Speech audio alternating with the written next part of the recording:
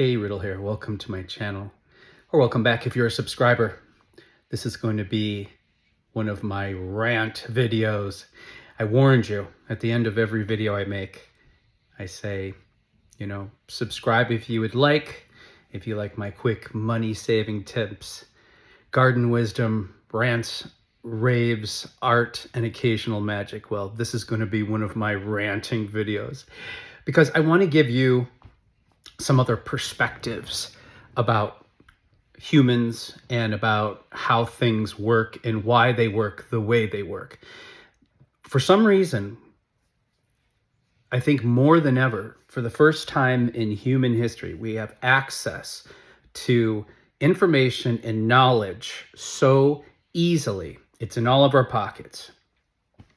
Yet, people, usually the last thing they ever do is ask one simple question, which is one of the first defining attributes of intelligence, and that is just to ask why. To question, why does this exist? Why do people do things like this? People come up with these assumptions that often only support their own self-victimization or idea that a certain group of people or type of person is so greedy or horrible based on nothing but hearsay and assumptions. And I have this saying, and it is, I believe, assumptions are the mother of failure. So that being said, I'm a landlord and I've been in the real estate game for quite a while. And up to now, we've never charged, when people put in their applications, we've never charged application fee. But now I think I'm going to be forced to, because this is why they charge an application fee. Because if people aren't paying for something, they don't take it seriously. And they will flake on you. They will take up hours of your time and then shamelessly bail. So this is why they have to charge you a application fee, even though it probably takes them minutes to get that information. We were allowing other people to run their credit and send it to us, and we were not charging an application fee. But this week has pushed me to this place that there will now be an application fee because people are jerks. And it's just like, people don't think.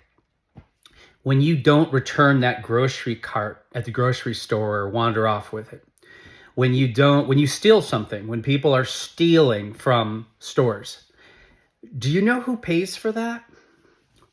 Do you actually think you're stealing, you're like getting away with something? Well, temporarily, yes, though it really does lower you as a human being, that you don't have the tenacity or the intelligence to do better than that.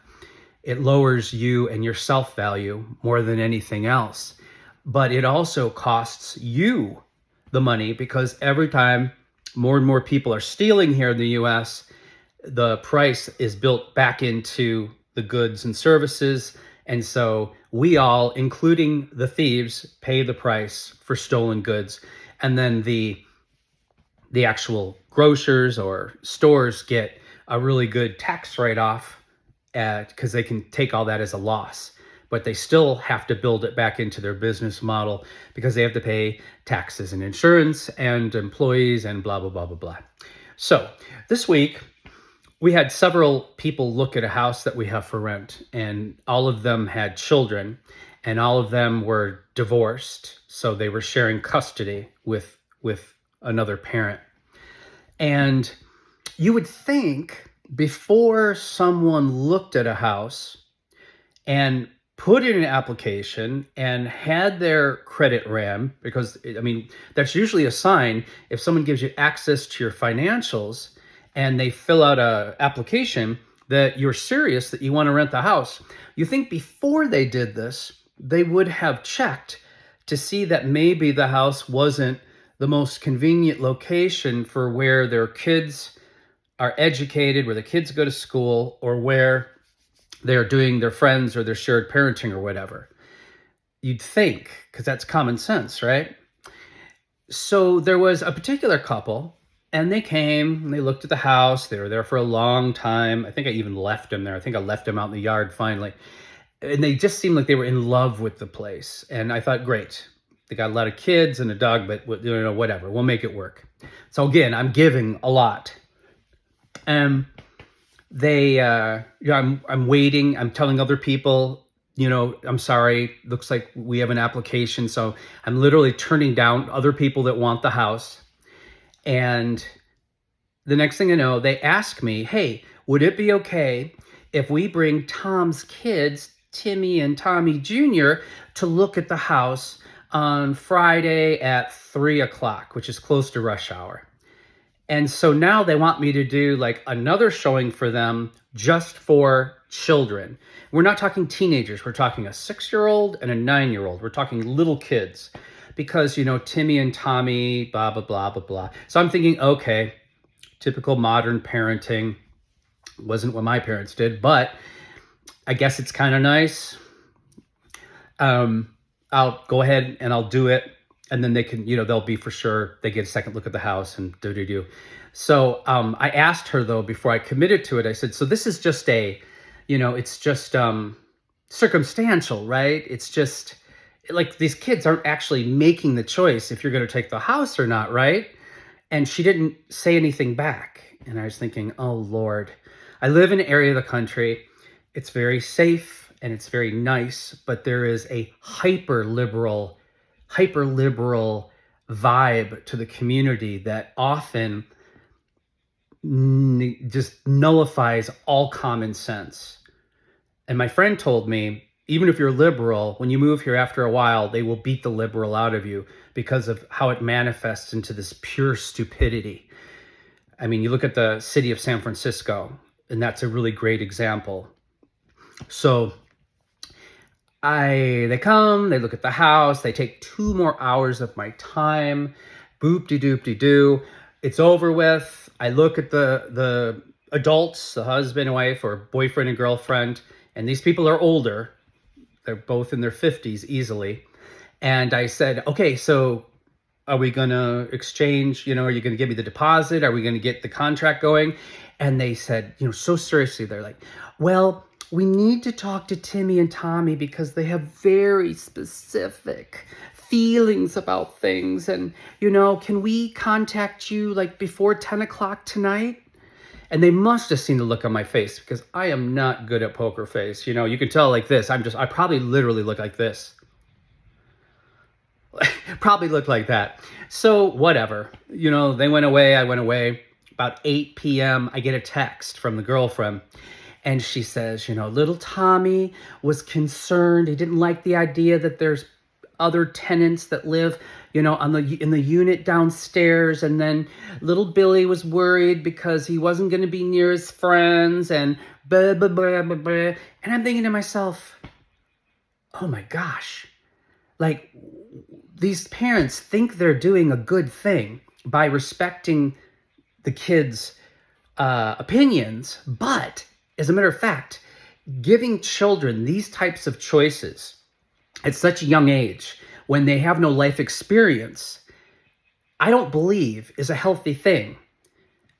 And at first, I just sent back a text, thanks for letting me know, but then I couldn't let go of it. I mean, these kids are going to be running potentially, or I'm going to be dependent on these kids in the future when they become adults.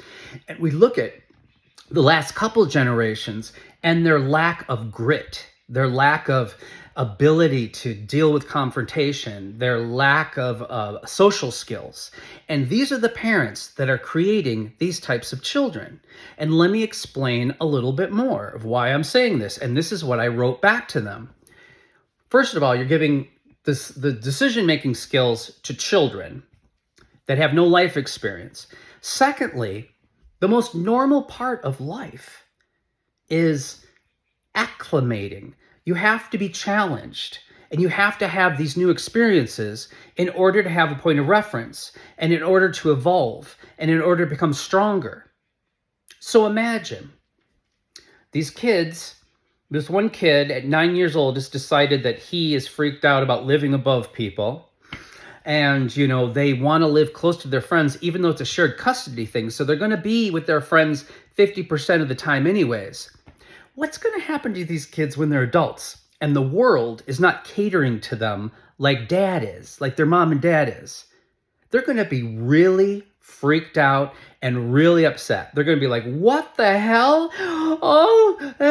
Anxiety, medication. Oh, the world's not giving me everything I want exactly the way I want it. That's why kids are such freaks anymore.